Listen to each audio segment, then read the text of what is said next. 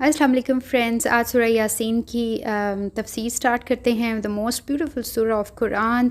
ہم سورہ یاسین کو مختلف مواقع پر پڑھتے ہیں، اپنی حاجات کے لیے بھی پڑھتے ہیں اللہ کے سامنے، اور اس دنیا سے جو مسافر اپنا سفر پورا کر کے چلے جاتے ہیں ان کے لیے بھی نیک خواہشات، نیک تمنائیں، ان کے اجر کے لیے بھی پڑھتے ہیں.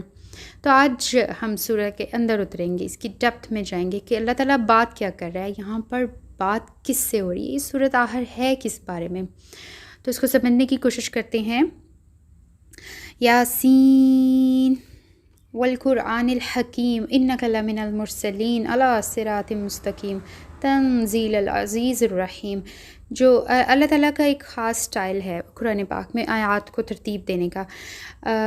کچھ اس میں جو صورت میں سٹائل ہے وہ بالکل ویسا ہے جیسا ہم نے آیت الکرسی میں بھی پڑھا ہے. یہ پیٹرن مختلف جگہوں پر آتا ہے کہ اللہ تعالیٰ پہلی آیت میں کوئی بات کرتا ہے جس کا جواب آخری آیت میں ہوتا ہے، اور پھر سیکنڈ کا سیکنڈ لاسٹ، تھرڈ کا تھرڈ لاسٹ، اور جو سینٹرل آئیڈیا ہوتا ہے وہ اس صورت کا مین تھیم ہوتا ہے. اس صورت میں بھی ایسے ہی ہے. جو اس کا سینٹرل آیات ہیں، پہلی 12 آیات جو ہیں وہ 8 موضوعات پر ہیں.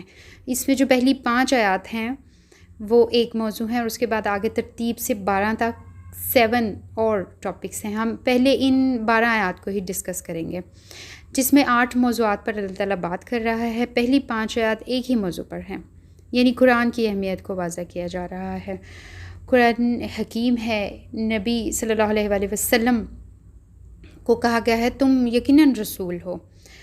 جیسے آپ صلی اللہ علیہ وآلہ وسلم کو ڈاؤٹ ڈال دیا جاتا تھا کہ لوگ جب ایمان نہیں لاتے تھے، یقین نہیں کرتے تھے، تو کبھی کبھی آ جاتا تھا ذہن میں خیال کہ کیا واقعی یہ سب کچھ ٹھیک ہے، تو اللہ تعالیٰ ان کی یقین دہانی کراتے ہیں کہ تم واقعی رسولوں میں سے ہو، اعلیٰ صراط مستقیم، اور سیدھے راستے پر ہو. اور یہ قرآن نازل کردہ ہے اس ہستی کی طرف سے جو غالب ہے اور مہربان بھی ہے. وہ صرف آخرت کے دن کا بادشاہ نہیں ہے، وہ رحیم بھی ہے، رحم کرنے والا بھی ہے. اور رحم سے مطلب صرف یہ نہ سمجھ لیا جائے کہ لوگوں کو بس چھوڑ دیا جائے گا، نہیں. اس دن عدل و انصاف سے، حساب سے کام لیا جائے گا. ہر ایک شخص کو وہ اجر دے دیا جائے گا، پورا پورا بدلہ دیا جائے گا جو اس نے کیا. اگر ایک چھوٹی سی نیکی بھی کمائی تو اس کا اجر اس کے سامنے آئے گا، اور اگر بدی بھی تو وہ چاہے 7 زمین کی 7ویں تہ کے نیچے ہے، اس کو بھی نکال کے باہر لے آیا جائے گا. پہلی 5 آیات ایک ٹاپک کو ڈسکس کر رہی ہیں، اور اس کی جو 12ویں آیات ہے وہ اس کا جواب ہے. اِنَّا نَحْنُ نُحْيِي الْمَوْتَ وَنَكْتُبُ مَا قَدَّمُوا وَآثَارَهُمْ وَكُلَّ شَيْءٍ أَحْصَيْنَاهُ فِي إِمَامٍ مُبِينٍ. اس میں کہا جا رہا ہے کہ ہم زندہ کریں گے مردوں کو، لکھتے جا رہے ہیں ہم ان اعمال کو جو وہ آگے بھیج رہے ہیں اور وہ بھی جو پیچھے چھوڑا، اور ہر چیز کو درج کر رکھا ہے ہم نے ایک بڑی کتاب میں جو ہر بات کھول کھول کر بیان کرتی ہے. پہلی 5 آیات ایک آیت ہم اسے سمجھتے ہیں. اس میں بھی ایک ٹاپک ہے نا، اس میں بھی قرآن کو ڈسکس ہو رہا ہے، کتاب کا ذکر ہے.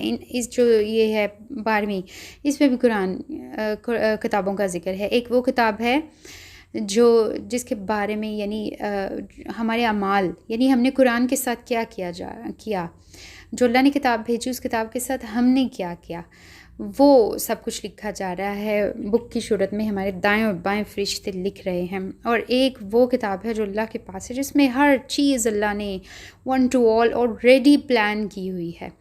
تو پہلی آیت بھی کتاب کو ڈسکس کر رہی ہے، اور 12ویں آیت بھی کتاب کو، یعنی پہلی اور 8ویں کتاب کو ڈسکس کر رہی ہے. اس کے بعد سیکنڈ ہے لِتُنذِرَ قَوْمًا مَّا أُنذِرَ آبَاؤُهُمْ فَهُمْ غَافِلُونَ. آپ صلی اللہ علیہ وسلم کو مشن سونپا جا رہا ہے کہ جاؤ ایک قوم کو خبردار کرو. کون سی قوم؟ حضرت اسماعیل اور ابراہیم علیہ السلام کی قوم.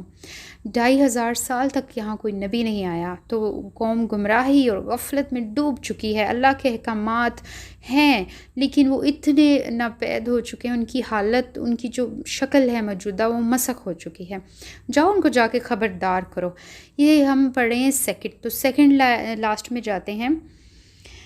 انما تنذر من اتبع الذکر وخشی الرحمن بالغیب فبشرہ بمغفرات واجر کریم. ترتیب کے لحاظ سے یہ 11ویں ہے. 11ویں اور جو چھٹی ہے یہ ایک دوسرے کا جواب ہے. اللہ کہہ رہا ہے تم تو بس خبردار کر سکتے ہو اس شخص کو جو پیروی کرے نصیحت کی اور ڈرے رحمان سے بن دیکھے، سو خوشخبری دے دو تم اسے مغفرت کی اور اجر کریم کی۔ پہلی میں کہا جا رہا ہے جاؤ اس قوم کو ڈراؤ جن کے باپ دادا کو بھی پتہ نہیں تھا۔ دوسرے میں کہا گیا تم تو بس ڈرا ہی سکتے ہو، پیروی ہر کوئی نہیں، عمل ہر کوئی نہیں کرے گا، بس کچھ لوگ ہوں گے جو رحمان سے ڈرنے والے ہوں گے، وہی اثر قبول کریں گے تمہاری بات کا، یعنی جو تمہیں انہیں آخرت کا انذار دو گے اس سے وہی نصیحت پکڑیں گے۔